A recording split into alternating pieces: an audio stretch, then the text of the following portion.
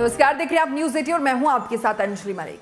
दोस्तों, खबर में आगे बढ़ने से पहले आपसे एक छोटी सी अपील है। न्यूज 80 पर सच्ची पत्रकारिता को बनाए रखने के लिए आप हमारे यूट्यूब चैनल को ज्वाइन कर आर्थिक तौर पर भी सहयोग कर सकते हैं। यकीन मानिए, आपका एक छोटा सा सहयोग हमारे लिए हिम्मत बढ़ाने का काम करेगा। बहरहाल अब नजर डाल लेते हैं देश प्रदेश की सियासत से जुड़े हॉट टॉपिक पर। आज चर्चा करेंगे कि विपक्षी एकता में क्या सबसे बड़ा रोड़ा राहुल गांधी है। लेकिन सवाल यह है कि फिर कांग्रेस के करीब जयंत चौधरी कैसे हैं? ये बड़ा सवाल है। दरअसल भाजपा और केंद्र की नरेंद्र मोदी सरकार का विरोध करने वाली 15 पार्टियों को पटना में इकट्ठा हुए मुश्किल से एक सप्ताह का समय ही बीता था कि इनमें से शरद पवार के नेतृत्व वाली राष्ट्रवादी कांग्रेस पार्टी एनसीपी 2 जुलाई को टूट गई थी। शरद पवार के भतीजे अजीत पवार ने संकट मोचक माने जाने वाले प्रफुल्ल पटेल और पूर्व मंत्री छगन भुजबल जैसे दिग्गजों के साथ मिलकर बीजेपी से हाथ मिला लिया। अजीत भुजबल और एनसीपी के 7 अन्य नेता महाराष्ट्र सरकार में मंत्री बने। अजीत के समर्थक इस बात से नाराज थे कि शरद पवार और उनकी बेटी सुप्रिया सुले 23 जून को विपक्षी नेताओं की बैठक में भाग लेने के लिए पटना गई थी। यहां पर कांग्रेस नेता राहुल गांधी भी मौजूद थे।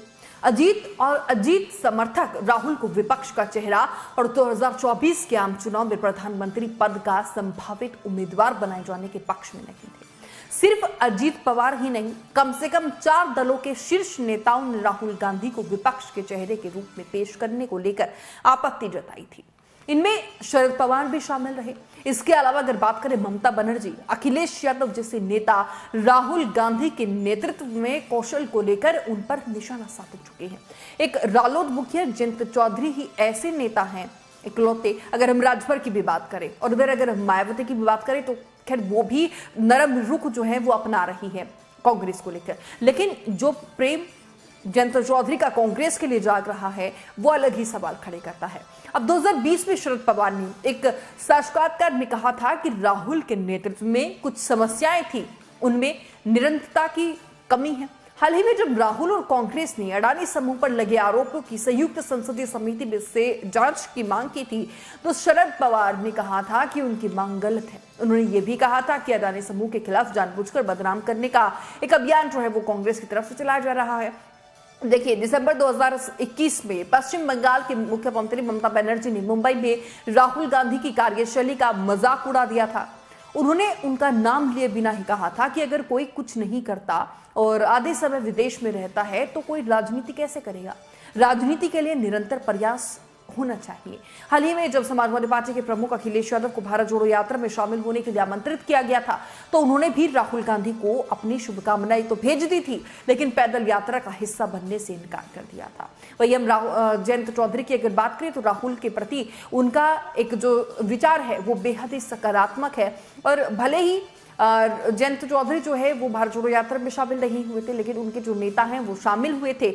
और भारत जोड़ो यात्रा का उत्तर प्रदेश में जब वेस्ट में पहुंची थी तो भव्य स्वागत भी पार्टी के नेताओं की तरफ से किया गया था। अब 23 जून को पटना सम्मेलन के दौरान सभी ने पिछले मतभेदों को भुलाने की कोशिश की, बात की, लेकिन निजी तौर पर कई विपक्षी नेता राहुल गांधी को एकजुट विपक्ष के चेहरे के रूप में पेश करने से सावधानी बरतते हुए भी दिखे। उन्हें डर है कि प्रधानमंत्री नरेंद्र मोदी और राहुल के बीच मुकाबले में दूसरे नंबर पर रहेंगे। हालांकि कांग्रेस का मानना है कि भारत जोड़ो यात्रा के बाद राहुल गांधी की छवि में काफी सुधार आया है। सोशल मीडिया पर उन्हें मिल रहा रिस्पॉन्स उनकी उभरती लोकप्रियता का एक संदेश भी माना जा रहा है। कांग्रेस नेताओं का दावा है कि पिछले कुछ महीनों में राहुल गांधी की पोस्ट पर प्रतिक्रियाएं प्रधानमंत्री नरेंद्र मोदी के मुकाबले ज्यादा रही हैं। आपको बता दें कि राहुल गांधी पर मानहानि के मुकदमे के बाद राहुल को संसद की सदस्यता से अयोग्य घोषित कर दिया गया। लोकसभा चुनाव से पहले उन्हें कोई राहत मिलने की संभावना नहीं है। लोकसभा चुनाव से पहले कोई राहत न मिलना उन्हें प्रधानमंत्री बनने की दौड़ से बाहर कर देगी। राहुल के सार्वजनिक बयानों से भी विपक्ष जो है वो सहमत नहीं रहा। शरद पवार अडानी पर बयानों को लेकर विनायक दामोदर सावरकर पर दिए गए राहुल के बयानों से सहमत नहीं थे। राहुल गांधी ने दिल्ली के अकबर रोड स्थित कांग्रेस मुख्यालय पर प्रेस कॉन्फ्रेंस के दौरान ये भी कहा था कि मेरा नाम सावरकर नहीं है, मेरा नाम राहुल गांधी है और गांधी किसी से माफी नहीं मांगता। उद्धव ठाकरे ने भी विनायक दामोदर सावरकर को लेकर राहुल के बयान से नाराजगी जता दी थी। उद्धव ठाकरे ने भी राहुल को चेतावनी दी थी कि वो विनायक दामोदर सावरकर के बारे में अभद्र टिप्पणी ना करें। आपको बता दें कि बयान के बाद उद्धव ठाकरे विपक्षी दलों की मीटिंग में भी नहीं गए थे। इस मीटिंग में विपक्ष के कुल 18 दलों के प्रतिनिधि जो हैं वो मौजूद रहे थे। उद्धव ठाकरे ने राहुल गांधी के बयान पर प्रतिक्रिया व्यक्त की थी। उस टाइम उन्होंने कहा था कि सावरकर अंडमान के कालापानी की जेल में 14 वर्षों तक अकल्पनीय तकलीफें झेलते रहे थे। सावरकर हमारे लिए भगवान तुल्य हैं और उनका अपमान हम सहन नहीं करेंगे। उद्धव ठाकरे ने यह भी संकेत साफ शब्दों में दे दिया था कि अगर राहुल गांधी सावरकर का अपमान करते रहे तो विपक्ष की एकता में दरार पड़ जाएगी। दूसरी तरफ अगर हम बात करें तो कम से कम 3 विपक्षी नेताओं ने राहुल गांधी की हालिया अमेरिका यात्रा के दौरान उनकी टिप्पणियों पर भी असंतोष व्यक्त कर दिया था। 3 विपक्षी नेताओं ने पूछा था कि मोदी के नेतृत्व वाली बीजेपी सरकार देश में लोकतांत्रिक और संवैधानिक संस्थानों को कैसे नष्ट कर रही है। वहीं राहुल गांधी के बयान को बीजेपी ने इसे विदेशी धरती पर भारत की आलोचना करार दिया था। हाल ही में जब महाराष्ट्र के मुख्यमंत्री एकनाथ शिंदे ने आरोप लगाया था कि संसद के बजट सत्र के दौरान राहुल गांधी सावरकर का अपमान करते रहे और उद्धव ठाकरे के शिवसेना के सांसद राहुल गांधी की सदस्यता के निरस्त होने के विरोध में काली पट्टी लगाकर बैठे हुए थे, तब सावरकर का अपमान हो रहा था तो उद्धव ठाकरे के सांसद चुप बैठे थे। अब जानकारों का मानना है कि विपक्ष का ये रुख चुनावों पर भी बेहद असर डाल सकता है।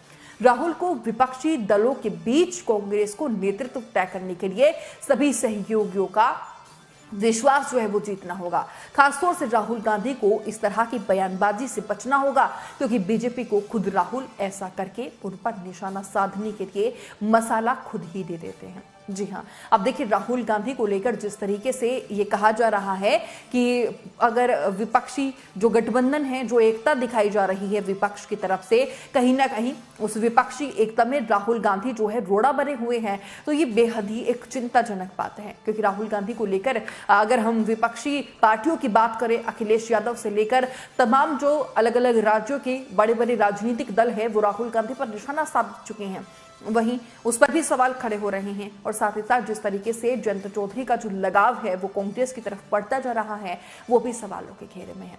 अब देखना दिलचस्प होगा तस्वीरें क्या कुछ सामने आती हैं। फिलहाल रिपोर्ट पर आपकी क्या राय होगी वो जरूर कमेंट बॉक्स में रखिएगा। नमस्कार।